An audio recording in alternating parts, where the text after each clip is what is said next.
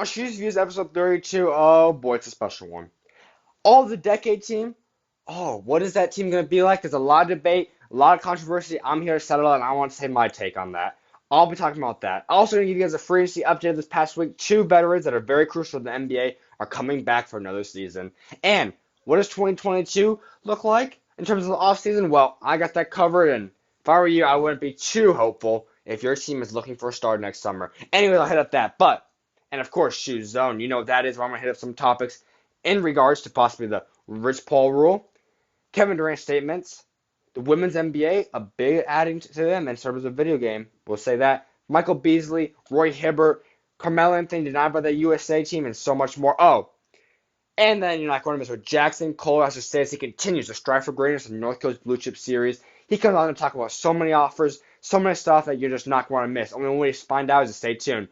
Along with that, though, so much more is going to keep going down across my show, The Breakdown, and of course, SchuZ Views. This series will keep continuing. I got a lot of stuff special planned following this series. One way to stay up to date is to go follow me at Zach Schumaker on Twitter and Instagram. If I were you, I'd go do that right now, and go subscribe to my YouTube channel, The Breakdown, to stay up to date on the show, The Breakdown.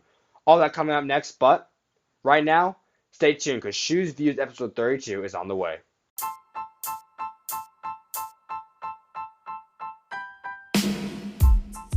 How's everyone doing today? I hope that everyone has had an incredible week and is ready for a very blessed weekend. Before we go any further, though, I'd like to introduce myself. I'm your host, Zach Schumaker, and I'm at my home in Gilbert, Arizona. And I've got some hot topics and a very special guest joining us today.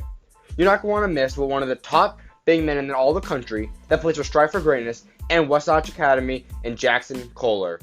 It's just going to be a special one. You're not going to want to miss what he has to say. But before that, before we get joined by Jaxon, I've got a special topic let's get right into. So, let's hop right into who my all-decade team is. Alright, so this past week there's obviously been a lot of controversy in terms of a lot of things, but specifically in the world of basketball, and specifically in who was on the all-decade teams. Now, that was something I had to decide. I'm like, we got to get this in the show. I want to talk about my opinion on this. Obviously, there's a lot of mixed opinions. Everyone's opinion will vary in terms of where these players should be, ranking them. But I need to make something clear. A lot of slander went into something, especially in Kobe Bryant's situation, being on third team. I want to talk about that, and I'm going to back that up because let me tell you guys the basics behind this. It's an all-decade team. Now, if I'm going to tell you my all-time starting five, Kobe Bryant will be in the first team, no doubt. If you put him in the 2000s era, in that decade, he is on first team automatically, probably the number one right off the back. But we're talking about the 2010s. Now remember, Kobe Bryant has missed 30% of this decade. Kobe Bryant also dealt with multiple injuries while he was here, including, yes, he had 7 All-Stars, but, well, we'll just get into that, okay? So, on my first All-NBA decade team, the two guards, in fact, will be Steph Curry and Russell Westbrook. Nope, not James Harden. Because, now, before we go any further, this part I'm going to give you guys is going to involve the general what we do for all NBA teams today, which is 2 guards, 2 forwards, and the big man, which is the center. So the guard, of course, is Curry and Westbrook. Now, Steph Curry is basically the third best player this decade, I'd say. Because listen to this. Steph Curry, 6 All-Stars, 6 All-NBAs, not the best out of everyone. But the man has got 3 rings. Okay? He also has 2 MVPs in back-to-back years. He completely shaped and recreated the entire game of basketball within this past decade. I don't think that's much debated. Now here's one. Russell Westbrook or James Harden? Now, that is very tough. Very tough. But, end of the day, listen to this. Russell Westbrook has more All-Stars, has more All-NBA. Both have an MVP. He's averaged 3 consecutive seasons of a triple-double. Now, if you want to debate that, whatever you want to do, be my guest, but that's not debatable. He also has more rebounds per game, more assists per game, and is trailing Harden, and guess what? Only 5 points per game. So, end of the day, yes, Russell Westbrook is the other guard on my all-decade team and on first team. Now, the 2 forwards are pretty obvious. Kevin Durant and LeBron James. I mean, do we have to go into that? I mean, look at this. LeBron James, 3-time MVP, best in the decade. He's the only player to win All-NBA and All-Star in all 10 years. Obviously, having 10 All-Stars, 10 All-NBA. He has 3 rings, 3 Finals MVPs. He's one of the top 2. He's the second leading scorer of the past decade. I mean, Is there anything else you want from a decade player? Like, this clearly been the face of the decade, not the face of the NBA. I mean, that's end of the day discussion there. Kevin Durant, he's been the scoring leader multiple times in this decade. He's been an MVP, 2 times Finals MVP. He's got 2 rings, 10 All-Stars, 9 All-NBA teams. I mean, he's the most points in the past decade, which is incredible. I mean, what he's done right now is he's led the league in minutes in 2010. He has, like I said, the most points in the past decade. I mean, this man's been insane. He's been unstoppable. As for the center, I'm going to go with this. You guys might be surprised when you look at it, there hasn't been too many dominant centers. I'll get into the second team when you're going to hear about someone that maybe people have been forgetting about, and I do think they have been. Remember, Tim Duncan didn't play that many years once again, and so forth, but LaMarcus Aldridge. He's been quiet. He's been in Portland, San Antonio, not a big market, but listen to this. 7 All-Stars, 5 All-NBA teams. He's 6th in most points in the past decade, and he started more games than any other player in the past decade. Think about that. LaMarcus Aldridge has started more games than any other player in the past decade. He's averaged 20.8 points per game, 8.9 rebounds, and 2.1 assists. LaMarcus Aldridge has been a fabulous player, down the line probably a Hall of Fame player that people just do not want to relate to, doesn't really want to give credit to, but he's been absolutely spectacular this decade. All right, all NBA, all decade for the second team. At point guard, Chris Paul. Y'all don't even understand how great this man is. 7 All-Stars, 6 All-NBAs. It's all right, pretty darn good, right? 6 all-defensive teams. That's incredible. Absolutely incredible. Like, that shines bright to me. Another guy's Rajon Rondo didn't make my teams, but he's been spectacular as well. I mean, he had 4. Now, CP3 has also led the entire NBA in this past decade in assists, averaging 9.6 assists per game. I mean, he's been absolutely spectacular. Obviously, the shooting guard is James Harden. I mean, that's not really debatable, is it? I mean, James Harden just won MVP. We know that. 7 All-Stars, 6 All-NBAs, 1 MVP. He did have a finals appearance back with Oklahoma. I mean, but you got 24.3 points per game, 5.2 rebounds, 6.2 assists. He went from 6th man to MVP. He also has more 50-point games than any other player in this past decade with 18 total. Absolutely spectacular by James Harden. Now your 2 forwards. The first one is Kawhi Leonard. Obviously, the man has got 2 rings, 2 Finals MVPs, 2 Defensive Players of the Year, 3 All-Stars, and 3 All-NBAs. He's missed a couple years for injury. He didn't come until later on. Obviously, took a while to develop, so his overall stats for this past year, or the past decade, is not too great. 17.7 points per game, 6.3 rebounds, and 2.4 assists. Nothing too spectacular, like I said. But at the end of the day, he is on all-decade second team because he's won 2 Finals MVPs, 2 Finals. You can't really beat that up, and 2 Defensive Players of the Year. Next person, y'all might want to give hate and slander to this man, but Carmelo Anthony. 8 All-Stars, 3 All-NBA teams, 3rd most points in the decade behind Kevin Durant and LeBron James. I mean, he's been a stud. Absolutely a stud. I don't really want to debate that. And my center, you guys want to hear it? It is Dwight Howard. This is a man I think everyone's been forgetting about now. He could very easily be the most dominant center and be over the Marcus Aldridge, but this is of this decade. He did not have the finals run all that right now.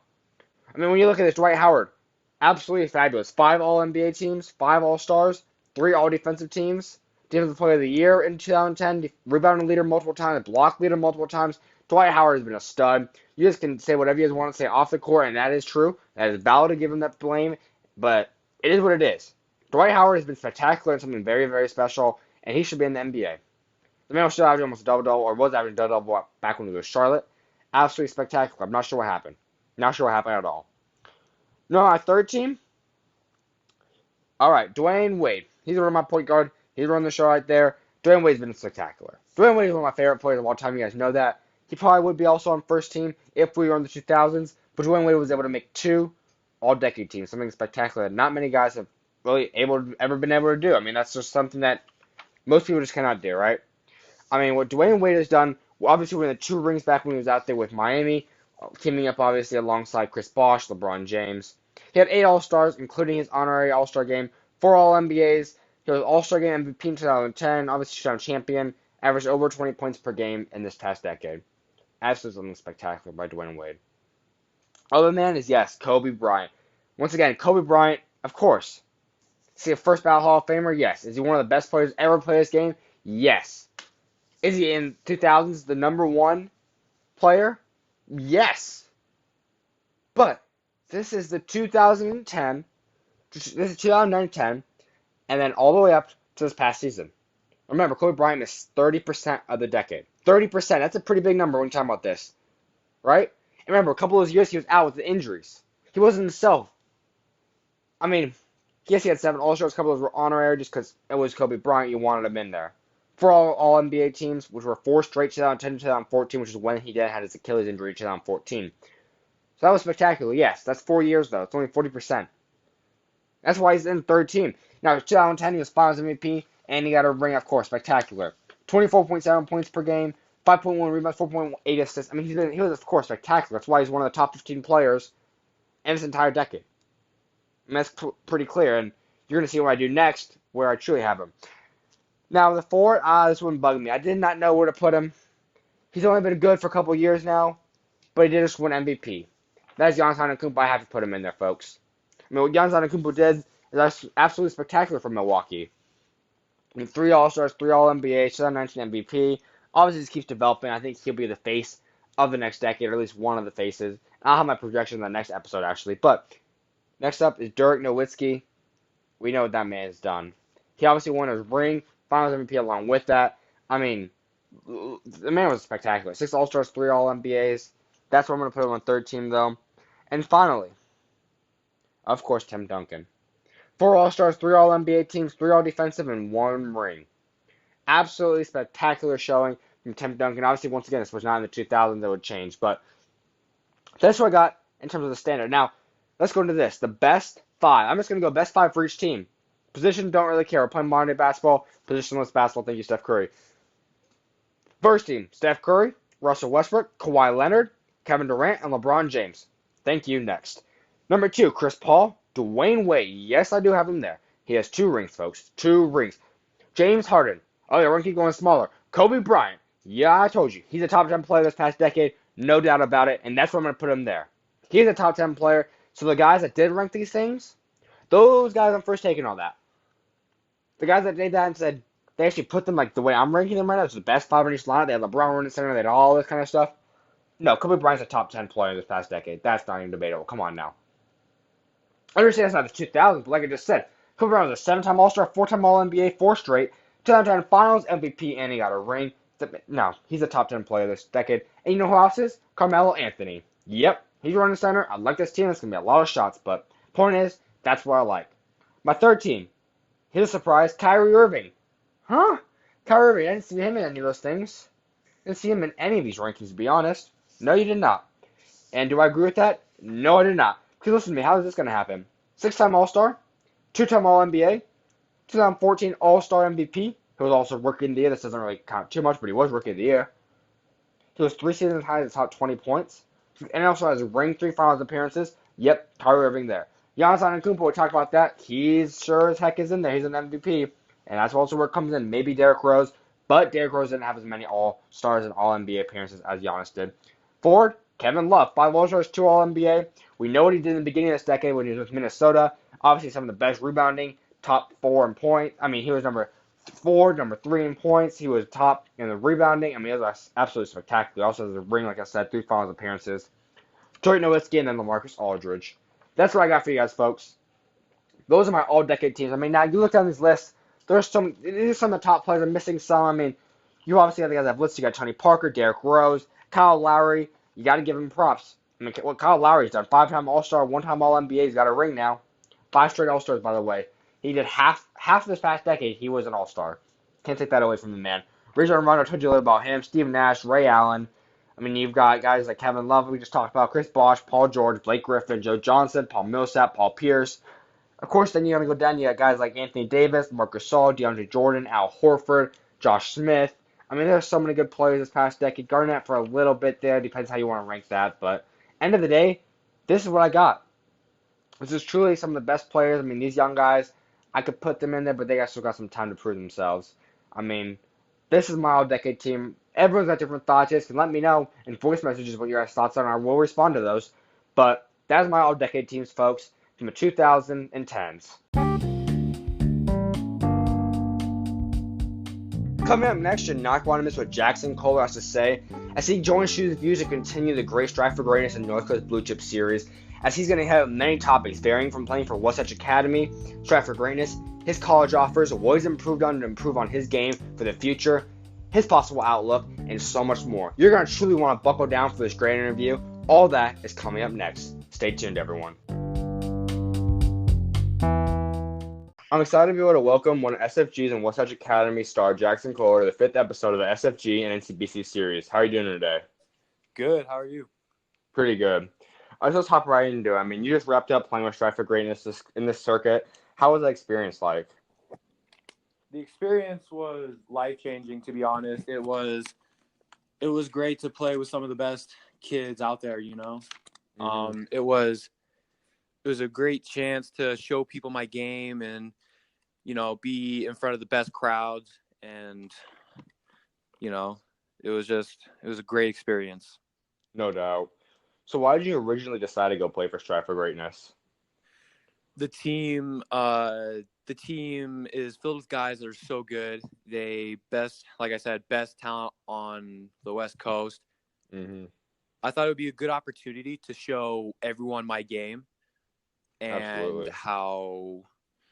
how the postman player could be really effective, you know, because nowadays we don't see a lot of post players nowadays, you know, with all the guard, you know, I just wanted to show people how effective a big man can be without setting picks and rebounds and all that stuff. Absolutely. I mean, I think that's something that's special. I mean, I think a lot of people that truly watch the games, I mean, obviously if you watch like just the mixtapes, you don't necessarily see a lot. You see a lot of everyone else putting on the show stuff. But I mean, if you truly watch the game, I mean, a lot of time you always are the guy that gets the putback, you get the stuff. I mean, you're kind of the pacemaker. Like you kind of like set everything up where you're able to get the points. Like you score one of the most points on the team. It's just not necessarily like the highlight stuff, but at the end of the day, you look at the box scores. It's one of the most efficient stats.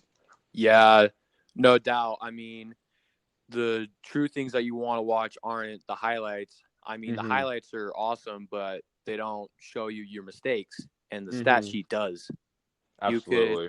You could have a 2-minute highlight video, and at the same time, you know, probably have like 10 turnovers, you know. But in my mind, the stat sheet is the most important source of information. Absolutely, no doubt.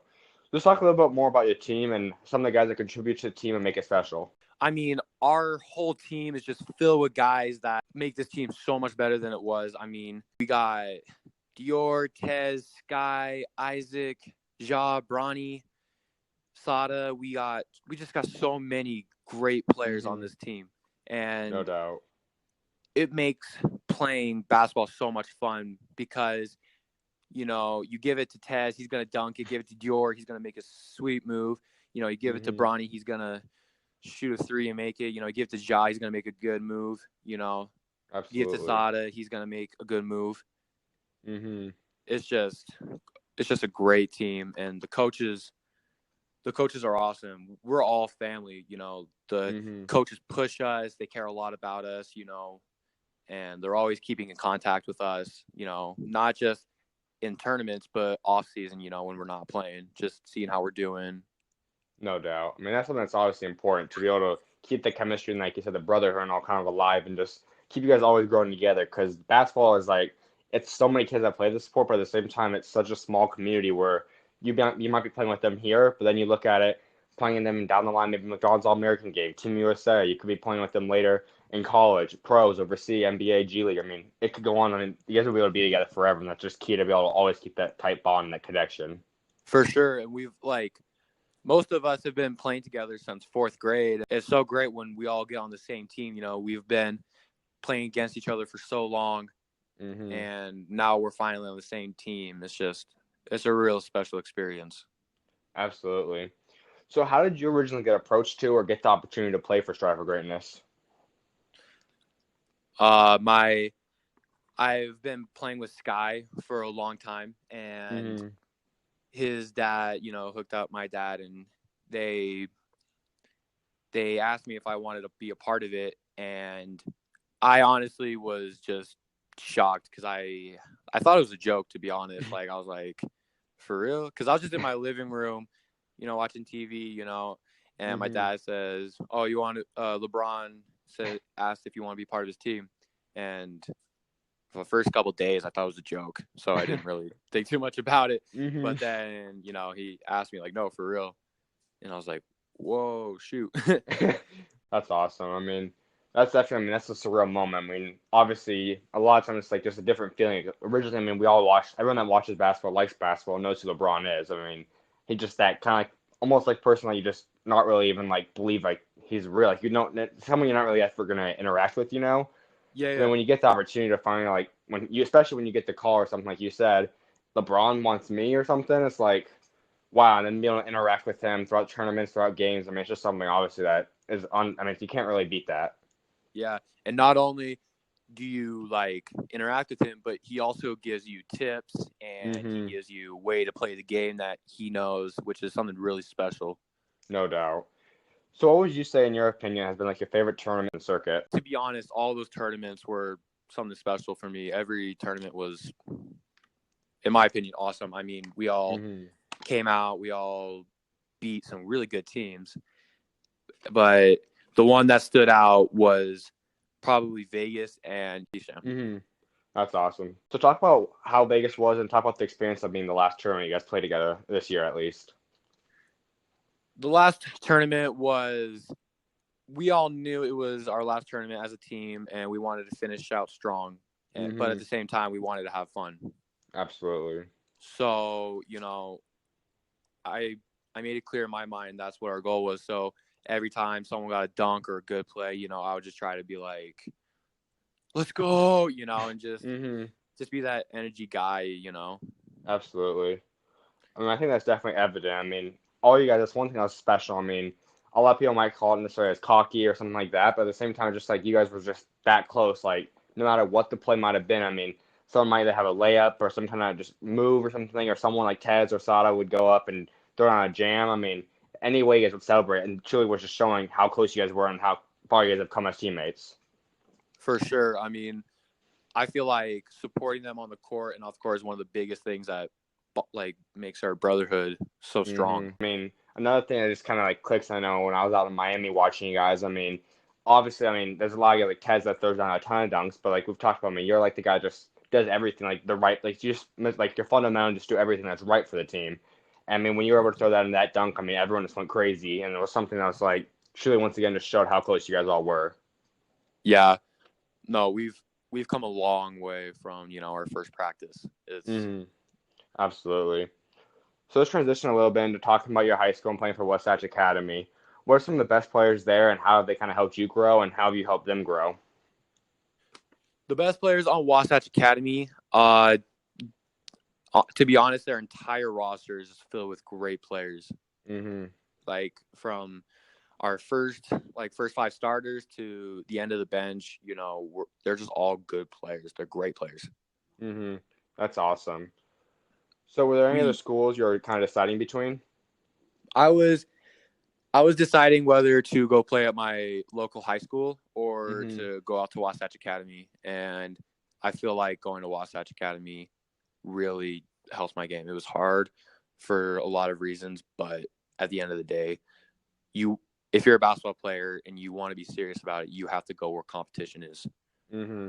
No doubt. I mean, speaking about that, I mean, you obviously have some of the best competition when you're able to go out to New York and play in the Geico tournament. How was that experience? It was something else, man. It was awesome to stand back and realize you are playing against the top like 8 teams in the country, Mm-hmm. like this isn't just like another tournament. You are playing against the top 8 teams in the whole country. And Mm-hmm. but at the same time, you don't want to mess around. You got to take care of your business and stay focused. Absolutely. I mean, that's something, I mean, especially I know in Arizona when it happened with Shadow Mountain 2 years ago. I mean, that's something like the whole state, like, was in like kind of shock and awe. It's like there's 50 states. I mean, how many states have so many great teams? And it's like a top 8 team. Like, you're one of the best of the best, being able to go perform out in front, on ESPN in front of the whole world, which is just something you can't be, especially as a high school athlete. For sure. And Mm-hmm. like not even AAU can do that. I mean, that was literally the highest stage. Mm-hmm. Absolutely. So talk a little about your team when you guys went out to New York and how it shifted into this year's rotation and this year's roster. So when we went out to New York, we lost to Oak Hill, to Cole Anthony. Great Mm-hmm. team. But in a way, it showed us on what we needed to work on as a team, and Mm-hmm. I'm really glad it helped us with that. Yeah, So no for doubt. this year, our expectations is to make it to Geico and win it. I truly believe we can go to Geico and win it again, or just Mm-hmm. win it. That's awesome. So talking about your role this year and how it's going to change from your freshman year now to going into your sophomore year. Uh, this year I might be a starter or I might be the first one off the bench, but my Okay. role is to have a defensive presence in the paint, play hard defense, get rebounds, block shots. But on offense, they're gonna give it to me in the post a lot, Mm-hmm. so I can work off Madi, my teammate, Mm-hmm. so I can That's work off awesome. him. And then I can, when he's being guarded in the post, I can step out and shoot it and show people my outside game.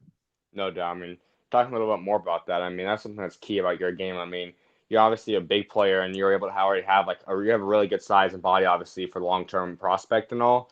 But like, you have all the intangibles. I mean, you can have like the old-fashioned kind of grind it down low, all that stuff. But then you can also space it out and shoot it like the modern-day big men are, which truly is valuable about, especially a kid going into a sophomore year. Yeah. No, I, of course, I want to show people, my low post work. I mean, that's the place I take my most pride. Mm-hmm. That's my to go place. But I feel like if I truly want to expand my game to get better, I feel like low post there's some days where low post might not cut it. I Mm-hmm. might go Absolutely. against a bigger, stronger, faster player. So I might have to go outside and shoot the jumper, which I can. Mm-hmm. No doubt. Let's transition a little bit into college now. I mean, you've been able to pull in a lot of offers, especially this past summer. Talk about some of those offers and which ones really stand out to you. So the offers I got right now are Utah, BYU, Texas Tech, Santa Barbara, Southern Utah, and Grand Canyon. Okay. And I actually got all of these within 1 year with going to Wasatch. Like before I went to Wasatch with the CP3 camp to our last practice with Wow. Wasatch. That's incredible. And then I got BYU just recently, which Mm-hmm. is super awesome. One of the places Absolutely. I've always one of the places I've always wanted to get an offer from. Mm-hmm. Definitely. Are there any other colleges that have kind of been talking to you or reaching out to you? Yeah, we got Arizona, Arizona State, Oregon, Utah State, and Creighton. Mm-hmm. Okay. That's awesome. So is there any interest in possibly coming out to Arizona? For sure. I mean, I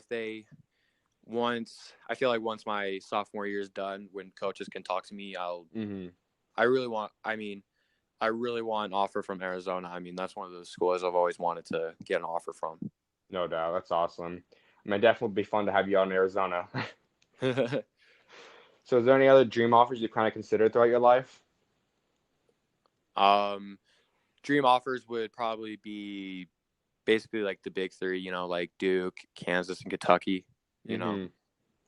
No doubt. I mean, those are always the thing that you look at. I mean, they're obviously like the three most iconic schools out there. So, I mean, obviously, those are ones that stand out. But at the same time, a lot of people are starting to see like going to other schools still can boost you to a whole nother level. I mean, we obviously have examples like Brandon Clark. I mean, you have John Morant. I mean, a lot of these guys that just find the rotation. They truly find the best place for them and excel them to the next level. Yeah, for sure. I mean, to be honest, you know, I haven't given it much thought. I just thought to myself, get past high school and then you can start worrying about colleges. Mm-hmm.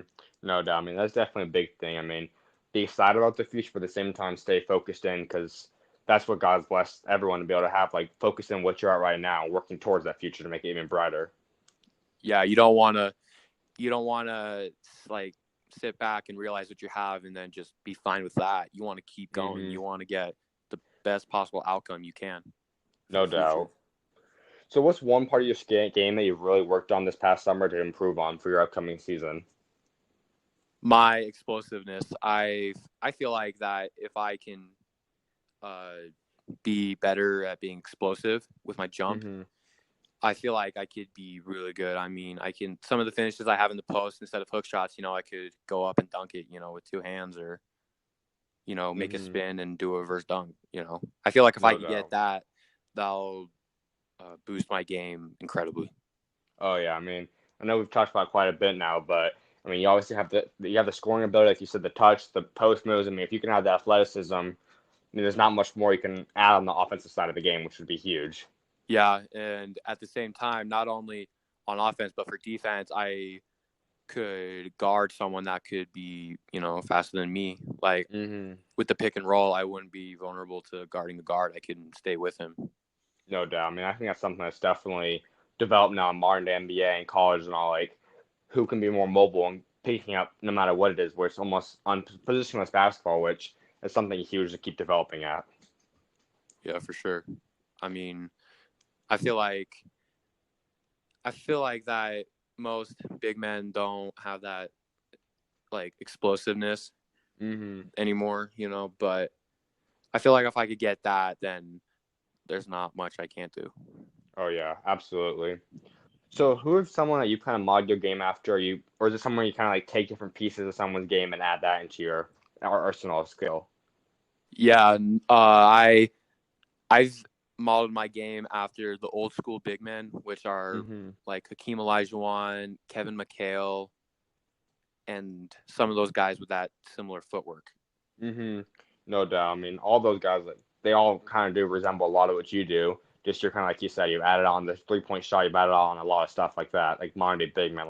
Yeah, from third grade until this point, I've just been watching Olajuwon videos, McHale videos, and just, going out and studying their moves and see how they use that footwork. Mm-hmm. I've been going outside to my hoop outside and just doing those same moves every day. Like I would do them 20 times per move. Okay. That's And awesome. No doubt. I mean, there's one play. I mean, I know one of the social media pages posted about that. I mean, when you had one of those moves on someone and LeBron obviously went crazy about it. I mean, it just shows like that's one of many times you've used their footwork and why it's one of the best out in the country. yeah, and the thing is, like, you don't see people anymore with that footwork. Mm-mm. You see Embiid and Jokic and Porzingis, but it's just not the same. Absolutely, I know. I mean, it's definitely something special to keep adding that into the game again. Yeah, I just want to keep working on that. So if I do make it to the pros, I can bring that back. I can be the one that shows everyone how effective and mobile and awesome of how a big man can be. Mm-hmm. No doubt. So, in your opinion, who's some of the best players you played alongside? That's a tough one. I've played I played with and against a lot of people, but Mm-hmm. one of the toughest people I've had to play against is probably Madi Sissoko. Mm-hmm. He has incredible bounce and he's a strong, big guy. You know how I use a lot of fakes in my game. Mm-hmm. When I first went to Wasatch, I thought I could get him with one or two fakes, but it turns out Mm-hmm. you gotta go like four fakes per move to get him in the air.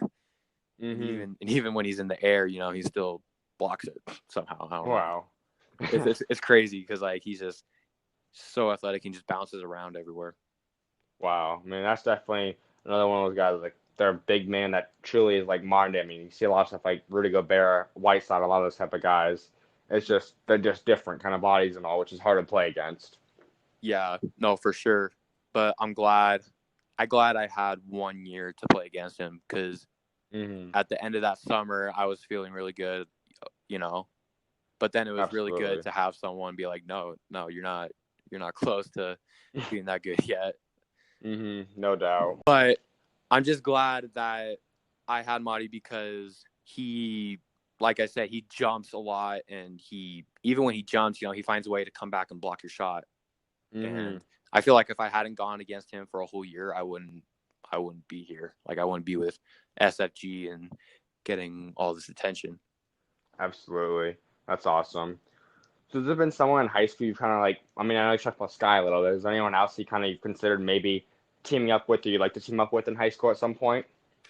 Um, I anyone that passes me the ball, to be honest. I mean, wherever I can get the ball, that would be my dream school. That's awesome. So, is someone in the NBA like your favorite player, something you really would like to go team up with? I would really like to play along Elijah, but I would like to play along Elijah so he can like show me how to use post moves and Mm-hmm. when to use them, how to use them. But at the same time, I want to play against him. So Yeah. because if I play against Elijah and if I beat him, then I'd be best big ever. But but it's a Mm-hmm. big dream. But Absolutely. I like John Stockton because of his assists, so I can get a lot of points. But Mm-hmm. No doubt. So, is there someone that you say has been like your favorite player in the NBA today, or is it just mostly you really just love olden day players? I like olden day players, but I do like Porzingis and I Mm-hmm. do like Kevin Love, Okay. I mean, but they just definitely both don't. those guys are like a lot like your game. Yeah, yeah. I like to watch people that are similar to my game. Mm-hmm. Yeah, No doubt.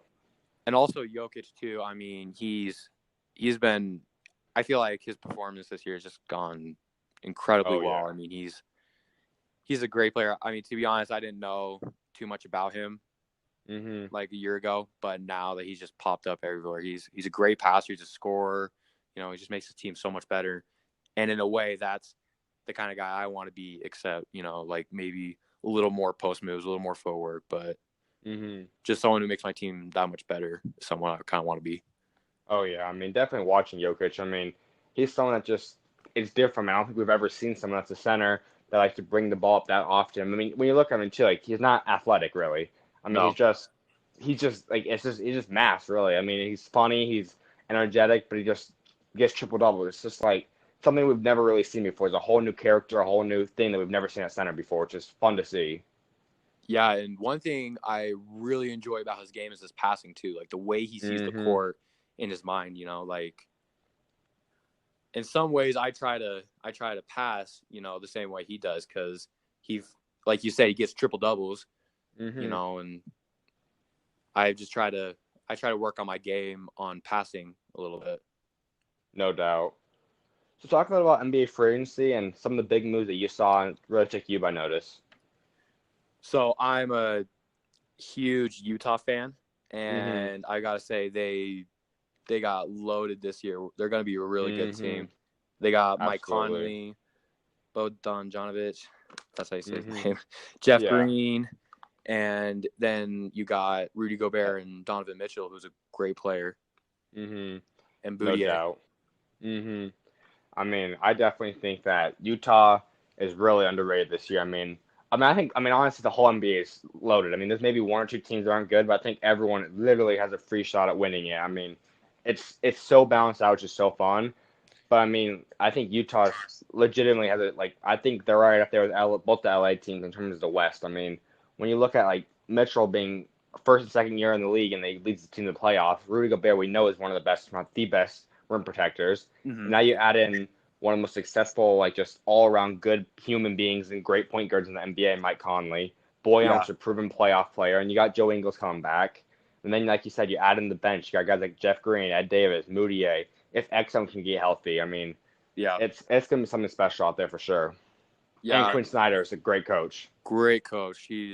I've always felt like Utah has been a little underrated, but I Hmm. understand why is because the West was just so loaded with Golden State Hmm. and Houston and all these other teams. Absolutely. But I honestly feel like they have a really good shot this year, especially how, you know, uh, teams just got loaded with Kevin Durant and Kyrie and how players just kind of bounced around all over Hmm. the NBA. No doubt. I mean, in my opinion, I mean Utah reminds me a lot of like way Portland has been, especially Donovan Mitchell and Damian remind me a lot of each other in terms of Yeah. like Damian was so good and everyone like truly that knew basketball knew he was good, but like he didn't make All Star. His All Star first appearance was like 4 or 5 years into the league. And I was Yeah. like, how? He's been averaging one of the best points. Like his team's been in the playoffs. How is he not doing that? Mitchell's Yeah. in the same boat. I mean, I think Mitchell should have been an All Star last year. I mean, maybe He he didn't have should the have. same amount of points, but his team like I don't necessarily say like the wins and losses necessarily matter a lot in the All-Star voting, but he was a top seed and there wasn't any other star next to him. I mean, Rudy Gobert misses a lot of games. Last year was pretty much healthy, but I mean, the way Mitchell plays is spectacular, and that's why I think he's one of the best young players in the entire NBA. For sure. I mean, I completely agree. I Mm-hmm. I honestly thought Donovan Mitchell should have been an All-Star. He had to be. Like, we were also Absolutely. all everyone in Utah was just so disappointed that he wasn't. Mm-hmm. And me as a center, I felt like Rudy Gobert Mm-hmm. should have, been considered. Oh Like, yeah. he should have. I mean, he is the two-time Defensive Player of the Year. I mean, he just Mm-hmm. doesn't get much love. I agree. I mean, I think Rudy Gobert is like the most not necessarily hated, but just underlooked and all center. And I think in the East it's Andre Drummond. I mean, both those guys like Drummond's averaging leading the NBA in rebounds per game, and Yeah, people are like don't even like he doesn't even get any nods whatsoever for any team, any All Star. Like it's crazy to believe that too. it's. I agree for sure. I mean, it's just people. Some people just like, since they don't have like flashy dunks or anything, they don't look at Mm-hmm. them. They think like, oh, they're not that good. But like, Absolutely. triple Mm-hmm. doubles and Defensive Player of the Year, it's crazy. No doubt. So let's head a little bit more into you now. So in 1 year from now, where would you like to be? Like what accomplishments, what team goals, where do you want to be as a player? Like talk about that in 1 year. In 1 year from now, I want to be everyone's favorite big man. I want to be the best big man in the nation, because I Mm-hmm. honestly feel like I could be if I developed a little more in my game. No doubt. And I just want everyone to see that a big man player could be top 5 players in the Mm-hmm. whole nation. Mm-hmm. I mean, I want to be in top 10 for sure, but I know that's going to take a lot of work, and I'm willing to put in that work. No doubt. I mean, like you said, I mean, big men aren't necessarily like always like given like the best outlook. I mean, people always know like they don't get studios as much as like guards do, but a Yeah. lot of times that's why you see these big men all of a sudden when it comes to the NBA time, all of a sudden swaps because NBA teams know how valuable the power forward and center is. I mean, last year, I mean, DeAndre and Marvin were talked about. DeAndre went one, Marvin went two, and Jaren Jackson. I mean, all these guys. I mean, big men are truly valuable. Just a lot of us in high school don't necessarily look at that as the greatest thing. Yeah, and I completely agree too. I mean, I feel like sometimes big men are overlooked, but Mhm. it just matters when you're in college and in the pros. That's when Mhm. people know that you're an elite player. Absolutely. So who in your life has you said would be like some of your biggest role models or your biggest role model? My biggest role model is my dad. He has been through every problem I've had. He's been through every tournament, every game. He's just, I can't put in the words. I mean, I'm so Mhm. happy for what he's done, and he he's been through everything with me. So That's it's awesome. it's just it's hard to say how much he's like sacrificed to let me be a part of this. So I know he's sacrificing a lot, so I don't want to disappoint him. I want to give him a good show, and I Mhm. want I want to see that I can be one of the best players in this country. No doubt. I mean, just obviously looking. I mean, parents. Sometimes people look at them and give them a lot of credit. At the same time, they don't. But I mean, end of the day, parents sacrifice for their kids. I mean, tremendously. I mean, and truly, I mean, people don't realize that just watch these games, like how much it takes for these parents to truly fly out. I mean, just go everywhere. I mean, it truly is something awesome. To realize how much sacrifice your parents do give for whatever you want to pursue. I know. I mean, he is honestly my best friend, and we always talk basketball and AU, high school, and NBA. Hmm. He, I, I feel like sometimes I need to stand back and realize what he's doing for me, and I don't. Sometimes I feel like I don't thank him enough for that. Hmm. Absolutely. That's awesome. So finally, to wrap it up, how would you say God has helped you throughout your career so far?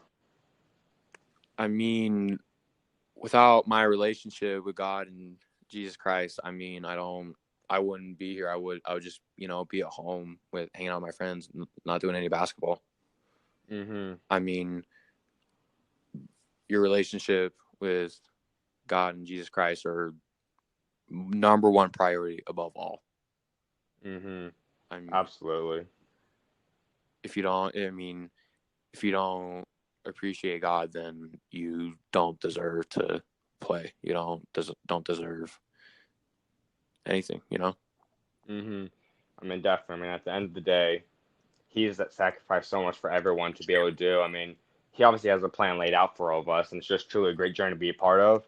But I mean, I don't honestly, in my opinion, like, there's so many stories you hear about. Like, I just don't know how people go through it without my Lord and Savior Jesus Christ. I mean, it's it's crazy. I mean, he truly can do everything for whatever you need in your life. Yeah, like you said, he does have a plan for each and every single one of us, and it's our job to make it through that journey. He's testing us to see, if we deserve a happy life or not. And it's up to all of us to show him that we deserve a happy life. Mm-hmm. No doubt. Well, it's truly been amazing talking to you, my guy, and I cannot wait to see the offers continue to pile up and obviously have another great season and from here on out in high school. Best of luck to you. Thank you. I really appreciate this. Oh, yeah, no problem, my guy. God bless. All right. God bless, bro.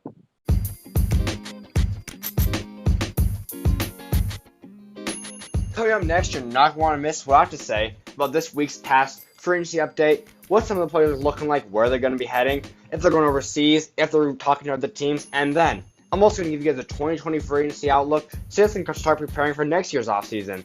But don't be shocked, it's not going to be too big.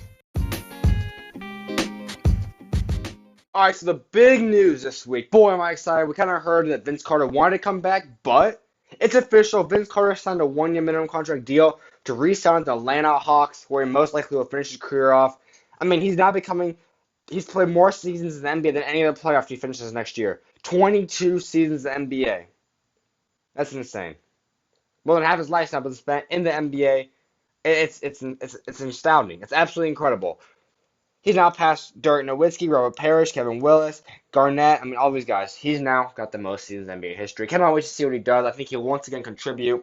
I mean, Vince Carter, he's slowly working into where he's going to be his next career at, but for right now, Vince Carter, big props. Excited to have you back in the NBA another season. Another guy I'm excited to have back is Udonis Haslem of the Miami Heat. Miami's not losing everyone. They are retaining Udonis Haslem to a one-year minimum contract deal as well. Glad to have these two vets back in the league. Both great veterans. I mean, especially when you just look over like the list of guys that have left the team to go overseas. I mean, it's actually incredible. It's insane the amount of players that like you wonder how the rookies come in and where does everyone go. Well, it's obvious now. But I do want to talk about this right now. I'm gonna get into the free agency update in terms of what's gonna look out for 2020. Now, it's not gonna look too bright. Draymond Green, he's off the books. Some of these other guys like Damian, they're off the books now. So what do we have next year? Well, let me talk about this. Here's some of you guys on player option deals, okay? You got Anthony Davis, which Anthony Davis, he's probably going to resign to the Lakers. I mean, I would be shocked if he doesn't. He's just waiting to get more money long term next year, but that's what we're looking at for him. I don't expect him to be on the market, though, next year. At least be on the market for too long, not even taking interest, so not really astounded to have him. DeMar DeRozan, he's on a player option. Will he opt out? Will he be extended? We'll see. I don't know. He will probably be the biggest chip next year, in my opinion. Otto Porter Jr. could opt out. I don't expect that. Otto Porter is a big deal. He can't get too much more money, nor will he probably. So I think he's going to stay right there. And where is that? Andre Drummond could opt out. I don't know. Because apparently NBA teams don't like Drummond. I don't know how. Drummond's an incredible player, but somehow people don't like him.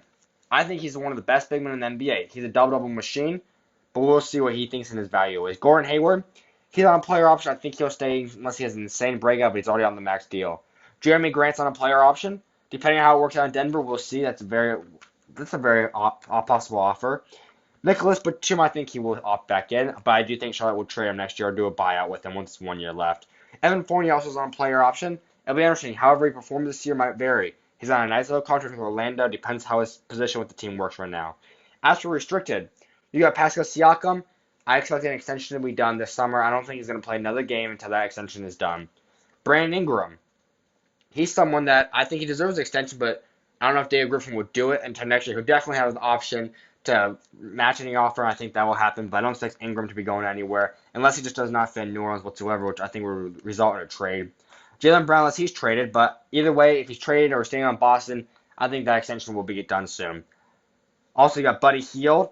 I think Sacramento really does like him. I don't think he's going to be going anywhere, so don't expect too much there whatsoever. DeJounte Murray, he's going to be staying in San Antonio. They love him. I would be shocked to see him go. And also Bogdan Bogdanovic, another Sacramento guy. He might be on the move, depending on how much money he wants. And they might be moved, but not expecting too much. Domantas Sabonis, they're getting the sanctions done before the start of the season. I guarantee that. Dario Saric, I think his rights will be claimed, and they might be able to match it depending on what his offer is. But I think he will fit in perfect in being so I've talked about. Now, Kyle Lowry's unrestricted. He wants the extension done. That might be getting done soon, as I'm hearing from Toronto. Either he'll be traded, but either way, he'll have a long-term deal, so I don't expect him to be on the market. Gallinari, I think he will be on the market next year. He might be your second or third best player, which is not that good because this year was Kyrie Irving, was your second or third best player. Just is what it is, folks. Goran Dragic, depending on how he can get healthy, he could be a really big option. I don't know what's going to go down there, but Dragic is a good player. I don't think Miami will be extending him, though. Another restricted player that I forgot real quick is Karis LeVert. He will be extended either now or he'll be matched right before the season starts, or right after the season. Just as Sean Marks just wants to go look out and see how is he recovering, how's his injury looking, how's his body looking, and so forth. Derek Favors unrestricted. Montrezl Harrell will be a big offer. Fred VanVleet, I think that deal needs to get done with Toronto ASAP. But if he's available next year, that would be a huge signing for someone in terms of his bench or being a potential starter next year. We'll see. Millsap will be unrestricted, which he can get back to himself. I don't know if he'll fit in necessarily with Denver. I think it'll be between Jeremy Grant and Millsap will leave next year. Serge Ibaka or Michael Porter, that is possible too. Serge Ibaka, I don't think he'll be on the team. I expect him to be traded along with his teammate Marc Gasol. Jay Crowder will also be an unrestricted free agent. Jeff Teague, Kent Bazemore, a lot of those guys just depend. But end of the day, don't be expecting next year to be too much of a big offseason. It won't be. There'll be a lot of trades. Obviously, the guys that are on the rumor right now will probably still be on the rumor next year. But it just really depends how this turns out this next year. I mean, if you're expecting to build a contending team next year, it's not going to happen. I mean, it just won't. End of the day, it won't. Now, DeRozan's a great player, but we'll see what happens there. But that is what I got for the free agency update, and what your 2020 free agency outlook is looking like as of this moment, but I expect a lot of changes even to happen here. Like I said, a lot of extensions could be going down. That's what I got to say, though, for this topic. Coming up next, you guys already know what it is. I've got a lot of stuff to hit up, and that pertains to SchuZ Zone. All that's coming up next, where I'm going to hit some stuff that has not been talked about, a couple rule changes that I need to hit up, and just some other stuff I just need you guys to know about. All that is coming up next. You're not going to miss it. SchuZ Zone, fan favorite part of the show, all of that coming up right after this. Stay tuned, everyone. Alright, so right off the back, let's just talk about this. No, it was not called the Rich Paul rule, for those that are wondering. But we're going to call it the Rich Paul rule because it's clearly directed and derived towards Rich Paul. Now, this is a college rule, which, in my opinion, to be honest, they're trying to do everything they can to stop this kind of idea of having a guy like Rich Paul come in and be successful like that. Guess what, folks? It's not going to work. It really is. I don't know. It's another one of those dumb NCAA rules that have nothing to pertain with what's going to happen. It's not going to affect nothing. All it affects is players that try to go to the NBA draft and come back. If you're going to the NBA draft and you're sticking, it does not apply to them. Rich Paul can go sign whoever he wants, just like he keeps doing. It is not going to apply to nothing. This only affects those guys going back to college. So, what are they truly doing? Nothing. Because, listen, you can't do anything. If you're in college, what the heck are you going to do to an agent? Like, you can't do anything with an NBA agent. It's ridiculous. Like, what the heck? Now, listen, if you guys do not know, you guys are not familiar with the new rule to the NCAA pass, this is what it is. It is required that all agents now have a bachelor degree, certified MBA PA for a minimum of 3 years, in-person exam at the NCAA office in Indianapolis, and a few other things. Now, LeBron came out and said this. He tweeted this out to the response to this.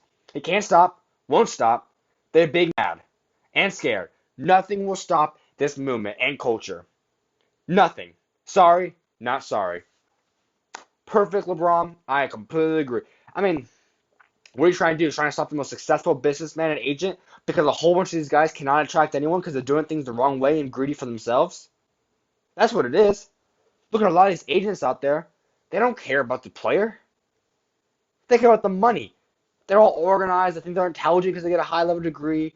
All this stuff. Now, nothing's wrong with getting a degree. Don't get me wrong there. I'm not saying don't go to college, nothing like that. The degree, Great. Go get yourself if you need that. All I'm saying is that just because you do the degree, you think you're smart, you go to Harvard or whatnot it might be, does not mean all of a sudden you deserve and you have to get things right because you're not able to get the players. It's not about that. This is a players' league and you need to make a connection with players. That's why I make sure on my behalf, as for what I'm doing, is make a connection with all players and truly become a friend for them and be on their behalf. Always on their behalf, always supporting them, always making sure that they get the best opportunity to be successful in whatever they're pursuing. Because this right here, this is what Rich Paul does. Why does he have all the top players in the NBA? LeBron, Anthony Davis, and this list can go on forever and ever and ever. Why? Because he cares about the players. He puts the players in the best situation to be successful. He fights for the players to get what they need and what they want, and what's rightly deserved to them. He's a hard-working man to set up LeBron for great success. He's already moving Anthony Davis to the direction he wants. That's just to name a few. So no, you think you're doing anything on NCAA? You're not. You're not doing anything. Congratulations on making another pointless rule, trying to make drama and trying to stop something that will not be stopped. Congratulations. Another thing, Kevin Durant comes out, he made statements, talked about a whole lot of things. Nothing, first of all, says nobody's responsible for the injury. Alright, cool. I mean, in a way, yes, I agree. At the end of the day, did Golden State necessarily go in there and break his tear his Achilles? No. Could be handled differently? Maybe. Will we ever know the full truth? Maybe, maybe not. Now, Kevin Durant also said Nets were always the thing. The Nets were all along. That was where it was going. Nothing to change. That's what was going down. Now, he also said there was never going to be the Knicks. So, sorry, Knicks fans. You want to make up James Dolan that your team wasn't able to get him because he was injured. You weren't going to offer him the max. Well, guess what? Doesn't matter. Kevin Durant was going to the Brooklyn Nets no matter what, as I called in multiple podcasts prior. Now, once again, this is perfect for the Knicks. It did not. Either way, this is what happened. This was perfect for the New York Knicks and what's great for the organization and rebuilding them. And then that's what went down. Kevin Durant also is progressing. If you guys didn't notice and see now, Kevin Durant is already working out outside the pool, doing workouts. He's walking, and there was a chance, if you saw the thing, that he could be ready 6 months from that injury. He could be ready in about January-ish. There's a potential chance. I do not expect it. I do not really want him to come back that early, but he's recovering at a rapid pace that no one's ever seen from an Achilles injury. And if you remember, I heard this breakdown about him. He tore the Achilles of not his jumping leg. A lot of these players you hear that never came back tore the Achilles of the jumping leg. Dominic Wilkins is the only one that tore his Achilles that came back successfully that we can recount. He didn't tear his jumping leg. So that changes a lot. It does change a lot and a lot of big impact, but I think Kevin Durant will come back at 95 to 100, 85 at least, but probably 95 to 100%. Just is what it is, folks. Women's NBA is also being added to 2K20. Big time stuff, big time movement. That's what I like to hear. Awesome. Congratulations to Women's NBA. Now, Carmelo Anthony, he's been denied to the Team USA. Colangelo makes a statement saying, where we are, what we're doing, that does not need to happen, basically. I mean, he does not want Carmelo Anthony. It's a distraction. That's what he says. He says it's a distraction. Now, all due respect to Colangelo, I think it might be the right move. I do. I mean, Carmelo Anthony, yes, being on Team USA would have been special, but this is a new team. There's a bunch of young guys. If he's for Team USA right away, yes. Now, should Carmelo Anthony be in the NBA? I've already discussed this. Yes, Carmelo Anthony should be in the NBA on a roster spot. There's no way all these players are better than him to stop. But for Team USA right now, maybe not. I mean, it would have been a little late to add him anyways, just being honest. Michael Beasley, he's now been suspended for 5 games for violating the anti-drug policy. Now, it is important to note now that Michael Beasley did have his drugs, and it was a failed drug test from when his mom passed away, and he took a leave from the team. So everybody want to put that, it can and cannot be judged, but it is what happened when his mom passed away, and he took a long leave from the team as she got sick and ill, and she was in the hospital for a while. Michael Beasley took about a month absence and was during that time period. Either way, though, Michael Beasley is not expected to be in the NBA next year. He's expected to go play with China, as the deal has now been in place. Now, for Roy Hibbert, he's back in the NBA, folks. But it's not quite the way you guys might think of it as. He's now a coach for the Philadelphia 76ers as a player development coach. He's going to help develop Joel Embiid, help a lot of these young guys. A good addition for him. I mean, I'm not sure what happened. Obviously, with traded like Charlotte and Denver. I mean, it was a mess after his multiple conference finals appearances and just being a great team alongside Paul George, David West. I mean, Lance Stevens, we know how great that team was. But that is what had happened. And that's what I got for you guys in SchuZ Zone. Hope you guys all enjoyed it. As you guys always know, I'm going to recap each episode with a nice SchuZ Zone where I'm going to hit you guys up with some stuff that the media is not touching up enough and just my takes on some bold takes. That's what I got for you guys on SchuZ Zone episode 32.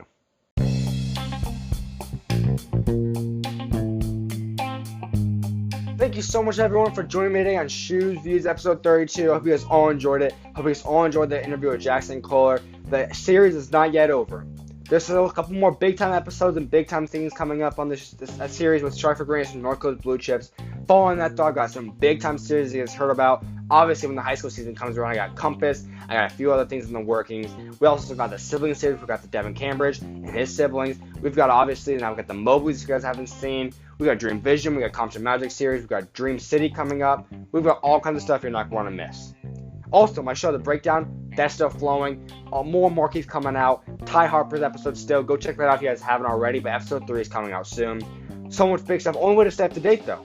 Go follow me at Schumaker on Twitter, Instagram. Subscribe to my YouTube channel, SchuZ Views Schumaker, if you want to stay up to date on nightly recaps when the NBA season starts back up, or the breakdown of the show. Go subscribe right now. You're just not going to miss it. Now, you're clearly listening to me right now. So if you're hearing this, if you haven't subscribed already, liked, or commented on this podcast, please go and do that. Keep spreading the movement, as I love seeing you guys continue to spread SchuZ Views everywhere. Listen to this thing big time, as I want to support all these players and whatever they want to do. And I always have their backs, as that's known. Now, also voice messaging, if you guys are on, be interested in that. If you guys want to send me something, a debate question, a topic question, you guys just want to say something, go to the Anchor app, send me something, and I'll respond, and I'll put you guys on the podcast. It's going to be something fun. I cannot wait to do that. If you guys, anyone ever wants to do that, just let me know.